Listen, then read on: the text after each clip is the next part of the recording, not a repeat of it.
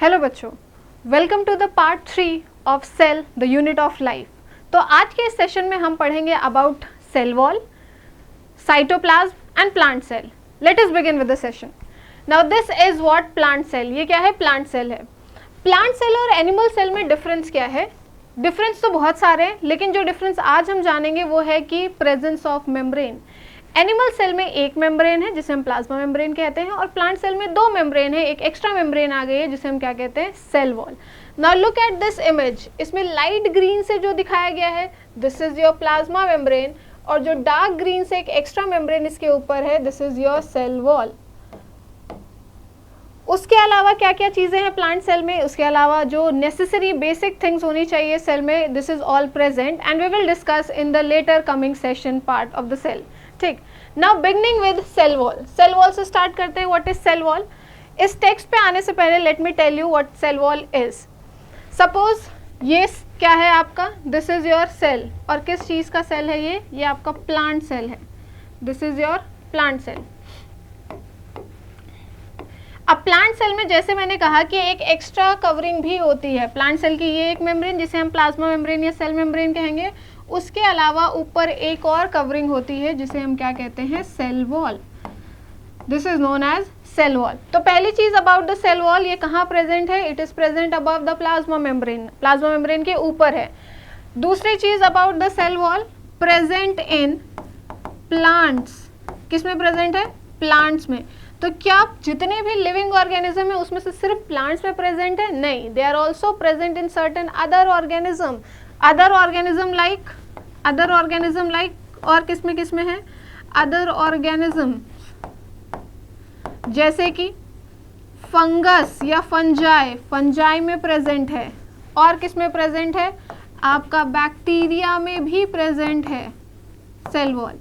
लेकिन जो cell wall इनमें प्रेजेंट है फंजाई और बैक्टीरिया में, उनका जो कॉम्पोजिशन है कि किस मटेरियल से वो बने हैं वो डिफरेंट है as compare to plant cell.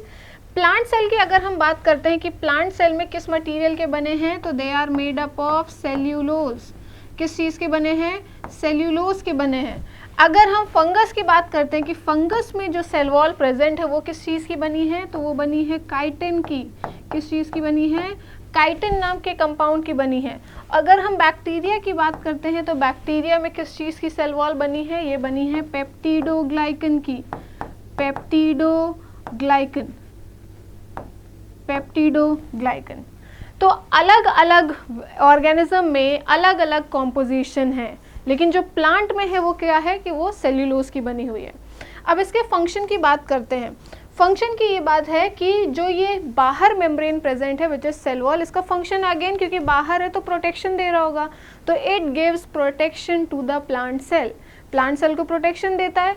दूसरी चीज़, इट रेगुलेट द मूवमेंट। बाहर से जो भी एक्सटर्नल चीज़ें हैं अंदर इंटरनल वाले चीज़ों को प्रोटेक्ट करता है। अब ये काम तो प्लाज्मा मेम्ब्रेन भी कर रहा था, तो सेल वॉल इतना क्यों हाइप्ड है? वो इसलिए क्योंकि अगर आप प्लांट को और एनिमल को देखें उनके लिविंग स्टैंडर्ड के बेसिस पे, तो प्लांट अपने आप को बचाने के लिए लोकोमोशन नहीं कर सकते, इधर से उधर नहीं जा सकते। वो एक ही जगह पे रहेंगे। बहुत तेज़ धूप है तब भी वहीं रहेंगे, तूफान आ रहा है तब भी वहीं रहेंगे, बारिश है तब भी वहीं रहेंगे, और कहीं भी फॉरेस्ट फायर हुआ है तो उठ के कहीं भाग नहीं जाएंगे अपने आप को बचाने के। लेकिन वहीं एनिमल्स को देखें तो दे कैन प्रोटेक्ट देमसेल्फ, वो अपने आप को बचा सकते हैं हर तरीके की क्लाइमेटिक कंडीशन से। तो क्योंकि प्लांट जो है अपने आप को हर तरीके की क्लाइमेटिक कंडीशन से नहीं बचा सकता, तो उसके लिए एक्स्ट्रा स्ट्रेंथ होनी चाहिए, प्रोटेक्शन होनी चाहिए। तो इसीलिए प्लांट सेल के पास एक और मेम्ब्रेन है फॉर प्रोटेक्शन। ठीक, प्रोटेक्शन के लिए है। उसके अलावा ये क्या करते हैं? एक तो हो गया protection, they give support to the plant cell. क्या देते हैं ये? सपोर्ट। तो फंक्शंस की अगर बात करें अबाउट प्लांट सेल, फंक्शन क्या क्या है हमारा? पहला फंक्शन है प्रोटेक्शन। दूसरा फंक्शन क्या है? दे गिव सपोर्ट भी देते हैं। ठीक है। थर्ड, रिजिडिटी मतलब टफनेस, स्ट्रेंथ, कि हाँ इतनी खतरनाक क्लाइमेटिक कंडीशन में प्लांट को रहना है तो उनके सेल्स को तो स्ट्रॉन्ग होना ही पड़ेगा ना, फ्लेक्सिबल नहीं हो सकते। तो they give what? Rigidity. rigidity, and next last important thing, they give shape to the plant cell. Plant cell को शेप मेंटेन करने में भी ये हेल्प करते हैं सेल वॉल, ठीक है। कैसे हेल्प करते हैं? कल हमने पार्ट 2 ऑफ सेल में पढ़ा है 3 तरीके के solution, hyper, hypo and iso. तो अगर हम हाइपो में रख देते हैं तो हमने पढ़ा था कि सेल में पानी भरने लगता है, सेल फूलने लगता है। अब जब सेल फूलेगा तो सेल का शेप चेंज हो रहा है और चांसेस है कि बर्स्ट भी कर सकते हैं। अगर प्लांट के सेल बर्स्ट कर गए तो बहुत प्रॉब्लम हो जाएगी। तो ये जो सेल वॉल है प्लांट को एक सर्टेन अमाउंट तक हाइपोटोनिक कंडीशन में अगर रख देते हैं तो उस प्रेशर को बेयर कर लेता है, झेल लेता है। तो दे गिव व्हाट, प्रोटेक्शन, या फिर they it help in maintaining shape of the cell, maintaining shape of the cell, ठीक है। इन द लास्ट पार्ट हमने ये पढ़ा था कि हाइपर, हाइपो एंड आइसो में सेल को रखते हैं तो क्या होता है, एंडो ऑस्मोसिस होता है, किसी में एक्सो होता है और किसी में कोई ऑस्मोसिस होता ही नहीं है, सेल का शेप रिमेन द सेम। आज हम प्लांट सेल के लिए भी देखेंगे कि अगर हम प्लांट सेल को रख देते हैं हाइपर में या हाइपो में या आइसो में तो प्लांट सेल के साथ क्या होता है, प्लांट सेल में क्या चेंजेस आते हैं और उस कंडीशन को, उस अवस्था को क्या कहते हैं। Now coming to the content of cell wall, क्या है? Cell wall is defined as the non-living component covering the outermost layer of cell। बताया, सेल के सबसे ऊपर सेल वॉल है, उसके नीचे प्लाज्मा मेम्ब्रेन है। दूसरी इंपॉर्टेंट चीज़ कि ये नॉन लिविंग लेयर है। कैसी लेयर है? नॉन लिविंग लेयर है। Its composition varies according to the organism. Composition मतलब ये किस चीज़ की बनी हुई है, वो अलग अलग ऑर्गेनिज्म में अलग अलग है। जैसे हमने देखा कि प्लांट में सेल्यूलोज की है, बैक्टीरिया में पेप्टिडोग्लाइकन नाम के कंपाउंड की है और फंगस में काइटिन। तो सबके लिए सेम कॉम्पोजिशन नहीं है। Cell wall separates the internal content of the cell from external.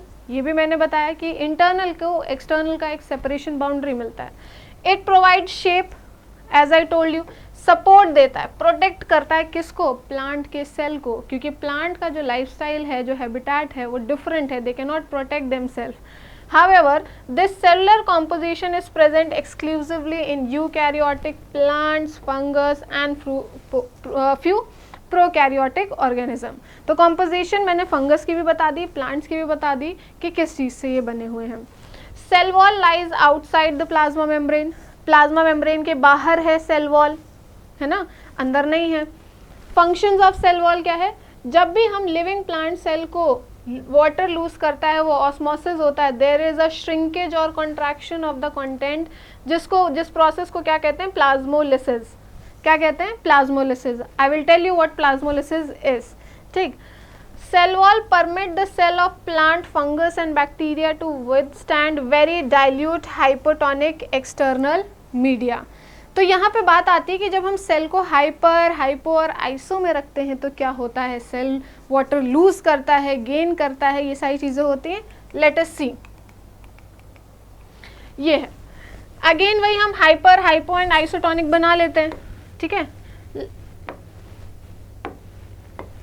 ये हमने बनाया अपना एक बीकर जिसमें हाइपर है, फिर इसमें क्या है? हाइपो है और इसमें क्या है? आइसो है। हाइपर में क्या था? हाइपर का मतलब हाई होता है ना, हाइपर का मतलब हाई होता है। और हाई क्या होता है? सल्यूट। अगर सल्यूट ज़्यादा है तो सॉल्वेंट कम है, सॉल्वेंट हमेशा क्या होता है आपका? वाटर। तो हाइपर है ये हमारा, hypotonic, this is hypotonic and this is isotonic, ठीक। हमें हाइपरटोनिक में पानी बाहर कम रखना है, पानी बाहर जो H2O है वो हमें कम रखना है। अगर हमने हाइपरटोनिक सोल्यूशन बनाया है तो हमें पानी बाहर ज़्यादा रखना है और यहाँ पे भी ज़्यादा या कम जो हो सके। अब इस सोल्यूशन में, क्योंकि ये सोल्यूशन है ना, इसमें हम प्लांट सेल डालेंगे, इसमें भी डालेंगे, इसमें भी डालेंगे और इसमें भी डालेंगे और देखेंगे कि क्या डिफरेंस आ रहा है, क्या चेंजेस हो रहे हैं प्लांट सेल में। चलिए, ये एक प्लांट सेल डाल दिया, इसमें प्लांट सेल डाल दिया और इसमें भी प्लांट सेल डाल दिया हमने। अब जो प्लांट सेल इसमें हमने डाला है उसमें वाटर की अमाउंट कम है क्योंकि हमने बाहर वाटर की अमाउंट ज़्यादा है क्योंकि हमने बाहर कम रखी हुई है। तो सेल के अंदर पानी ज़्यादा है। कंपैरिजन करेंगे, हम अपने आप से प्लांट सेल में पानी नहीं डाल रहे हैं, प्लांट सेल के पास जो ऑलरेडी जितना पानी है उसके हिसाब से हमने सोल्यूशन बनाया है। क्योंकि जो बाहर सोल्यूशन आप बीकर में बना रहे हैं वो आप कंट्रोल कर सकते हैं, उसमें वाटर ज़्यादा कम अपने हिसाब से कर सकते हैं, लेकिन सेल का नहीं कर सकते। तो यहाँ सेल का ज़्यादा है। हमने ऑस्मोसिस पढ़ा है। ऑस्मोसिस क्या होता है? Movement of water molecules from high concentration to low concentration. बीच में एक दीवार होनी चाहिए सेमी परमिएबल की, सब कंडीशन फुलफिल हो रही है ना। तो पानी यहाँ से बाहर निकलने लगेगा, पानी क्या होगा? यहाँ से बाहर निकलने लगेगा। और यहाँ क्या होगा? एक्सऑस्मोसिस, और सेल क्या करेगा? श्रिंक करेगा, श्रिंकेज होगी ना, श्रिंकेज इतना याद है ना। इसकी बात करें, यहाँ पे सेल के अंदर पानी कम है, ठीक, अंदर पानी भरेगा तो ये क्या होगा? बल्ज होगा। और यहाँ पे नो ऑस्मोसिस तो no shape change, no osmosis no change in shape, no change in shape, ठीक है। अब ये तो था जो हमने लास्ट प्रीवियस क्लास में कि ये चीज़ें होंगी हाइपर, हाइपो एंड आइसो में। हमने प्लांट सेल लिया है। प्लांट सेल थोड़ा सा डिफरेंट एनिमल सेल से क्योंकि उसके पास एक्स्ट्रा क्या है? सेल वॉल है। तो जब हम सेल को कहाँ रखेंगे? हाइपरटोनिक में रखेंगे। चलो अब यहाँ पे एक सेल बना लेते हैं ब्रीफली। ये है, ये हमारा सेल वॉल, ठीक, इसके अंदर प्रेजेंट प्लाज्मा मेम्ब्रेन और इसके अंदर जो सेल की कंपोनेंट्स होते हैं वो प्रेजेंट हैं। जैसे ही हमने इसको हाइपरटोनिक में रखा, पानी इसका बाहर निकलने लगा, पानी बाहर निकलने लगा, ठीक। पानी जब बाहर निकलेगा तो सेल क्या होगा? श्रिंक करेगा, सबको पता है। ये जो अंदर की चीज़ें हैं वो कॉन्ट्रैक्ट करके आने लगेगी और ये जो प्लाज्मा मेम्ब्रेन है ये टूटने लगेगी। टूटने का मतलब ये नहीं है कि इसके टुकड़े होने लगेंगे, इसका मतलब ये है कि जो अपनी जगह पे प्लाज्मा मेम्ब्रेन थी वो सेंटर की तरफ आने लगेगी, क्योंकि जो सेंटर में पानी था वो बाहर जा रहा है। इसको कहते हैं श्रिंकेज ऑफ प्लाज्मा मेम्ब्रेन या प्लाज्मोलिसिस। इसको क्या कहते हैं? प्लाज्मोलिसिस, जो हमारी हेडिंग है। तो प्लाज्मोलिसिस क्या है? It is a process in which when we keep a cell, जब भी हम सेल को कहाँ रखते हैं?